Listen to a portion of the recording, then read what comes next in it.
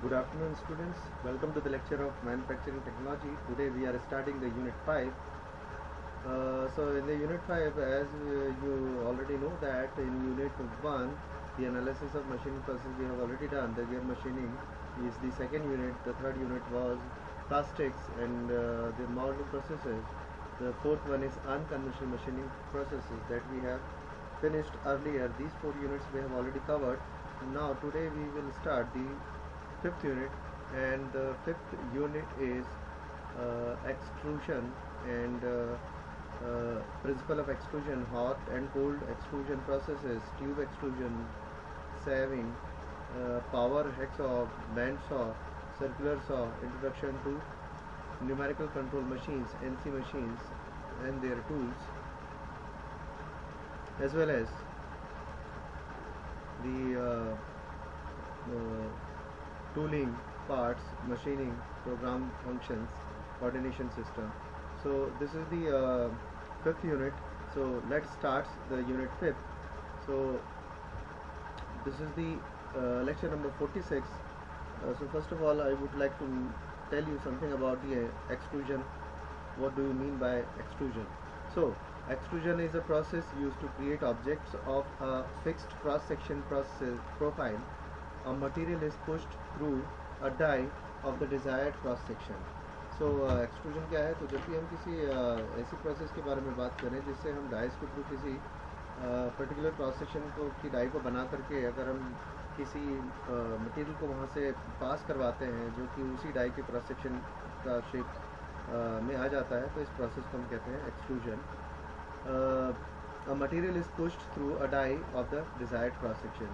Die हमें उस shape की बनानी होती है जिस शेप का हमें क्रॉस सेक्शन चाहिए होता है. The two main advantages of this process over the manufacturing processes are its ability to create complex cross sections and to work materials that are brittle because the material only encounter compressive and shear stress. तो अगर आप यहाँ पर देखें तो हम material को cross करवाते हैं, पास करवाते हैं किसी ऐसी डाई से जो रिक्वायर्ड होती है, जिसका क्रॉस सेक्शन जो हमें क्रॉस सेक्शन चाहिए होता है, उस क्रॉस सेक्शन की डाई को हम बना करके पास करवाते हैं मटेरियल को. तो यहाँ पे जो दूसरी मैन्युफैक्चरिंग प्रोसेस है उसमें हमें ज़्यादा टाइम लगता है किसी क्रॉस सेक्शन को अचीव करने में, लेकिन यहाँ पर हमें कम टाइम में ही उस क्रॉस सेक्शन को अचीव करने में मदद मिलती है. It also forms part with an excellent surface finish. इससे जो पार्ट्स बनते हैं वो बहुत अच्छी सरफेस फिनिश के होते हैं. एक्सट्रूशन में भी continuous critical producing indefinitely long material or semi-continuous producing many pieces. The extrusion process can be done with the material hot or cold. Commonly extruded material include metals, polymers, ceramics, concrete, modeling clay and food stuff. तो बहुत सारी material पे हम क्या काम कर सकते हैं. मेटल्स भी हो सकते हैं, पॉलीमर्स भी हो सकते हैं, सैरामिक्स भी हो सकते हैं, कंक्रीट को भी हम एक्सट्रूड करके किसी पर्टिकुलर शेप में डाल सकते हैं, मॉडलिंग भी हम कर सकते हैं किसी क्ले के थ्रू. तो बहुत सारी प्रोसेसेस हैं. फूड स्टफ भी हम यहाँ पर ऑलरेडी यूज़ करते हैं. जैसे आपने देखा होगा कुरकुरे वगैरह जो ये बनते हैं, ये सब एक्सट्रूजन प्रोसेस से बनते हैं. सो ये एक्सट्रूजन प्रोसेस. अब अगर हम एक्सट्रूजन से बने हुए जो प्रोडक्ट्स हैं उनको देखें तो वो जो प्रोडक्ट्स हैं वो कहलाते हैं एक्सट्रूडेट्स. ओके. तो in the next how this process completed. तो अगर आप पूरी प्रोसेस को देखें, the process begins by heating the stock material for hot और वार्म एक्सट्रूजन. हॉट और वार्म एक्सट्रूजन के लिए हम पहले तो हीटअप करते हैं मटेरियल को. It is then loaded into a container in the press. तो हम प्रेस की सहायता से यूज़ करते हैं, यहाँ पर एक्सट्रूजन कंप्लीट करवाते हैं. The dummy block is placed behind it where the ram then process of material to push it out of the die. तो किसी एक रैम की सहायता से हम उसको पुश करते हैं, पुश करके हमें डाई के थ्रू पर्टिकुलर क्रॉस सेक्शन का प्रोडक्ट मिल जाता है हमें. It is if better properties are required then it may be heat treated और कूल्ड वर्क. तो अगर हमें बहुत अच्छा फिनिश चाहिए तो फिर हमें अलग अलग प्रोसेस में यहाँ पे हीटिंग और कूलिंग का टेम्परेचर का ध्यान रखना पड़ता है कि मटेरियल कितना हीटेड इन हो. The extrusion ratio is defined as the starting cross section are divided by the cross sections area of the final extrusion. One of the main advantages of the extrusion process is that this ratio can be very large while still producing quality parts.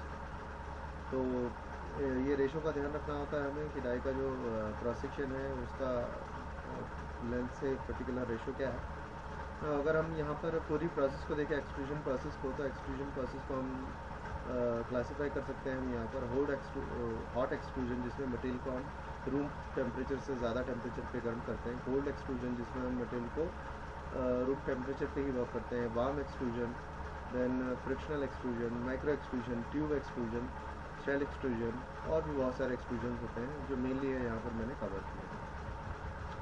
अब अगर हम बात करें syllabus के according, तो हमारे syllabus में है हॉट एक्सट्रूजन। तो हॉट एक्सट्रूजन अगर देखें तो hot extrusion is a hot working process which means it is done above the material's recrystallization temperature to keep the material from work hardening and to make it easier to push the material through the die.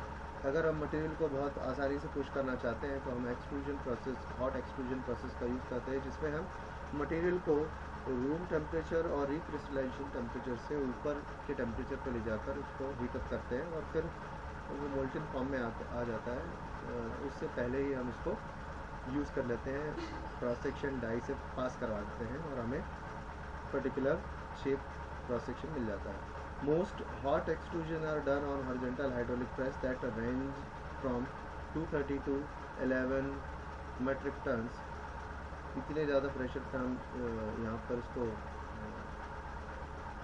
Use करते हैं। Pressure ranges from 70 to from 30 to 70 mega pascal, इतना pressure हम यहाँ पर लगाते हैं। PSI में देखिए तो इतना प्रेशर होता है। ये जो है this is the temperature range,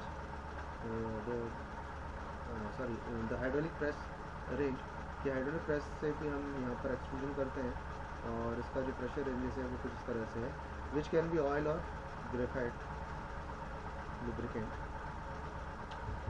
इसी तरह से अगर हम कोल्ड वर्किंग मतलब यहाँ पर कोल्ड वर्किंग की बात करें तो वहाँ पर हम रूम टेम्परेचर की बात करते हैं। अच्छा, अगर हम यहाँ पर देखें हॉट एक्सट्रूजन में जो टेम्परेचर वेरिएशन है अलग अलग मटेरियल के लिए अलग है, तो कुछ एग्जांपल आप देख सकते हैं यहाँ पर। Magnesium, aluminium, copper, steel, titanium, निकल, रिफैक्ट्री अलॉयज, इनके लिए सबके लिए टेम्परेचर रेंजेस दी हुई है। इतने टेम्परेचर पर हम इनके साथ अगर एक्सट्रूजन की प्रोसेस को कंप्लीट करते हैं तो वो जो प्रोसेस है वो कहलाता है hot extrusion process. The extrusion process is generally economical when the producing between several kilograms, pounds and many tons depending on the material being extruded. There is a crossover point where roll forms becomes more economical. तो ये इसका advantage है। अब आप देख सकते हैं यहाँ पर कुछ ये डाइस के एग्जांपल है। यहाँ पर आप देखिए दिस इज अ डाई, इस तरीके की हम डाई यहाँ पर लगाते हैं एक्सट्रूजन प्रोसेस में।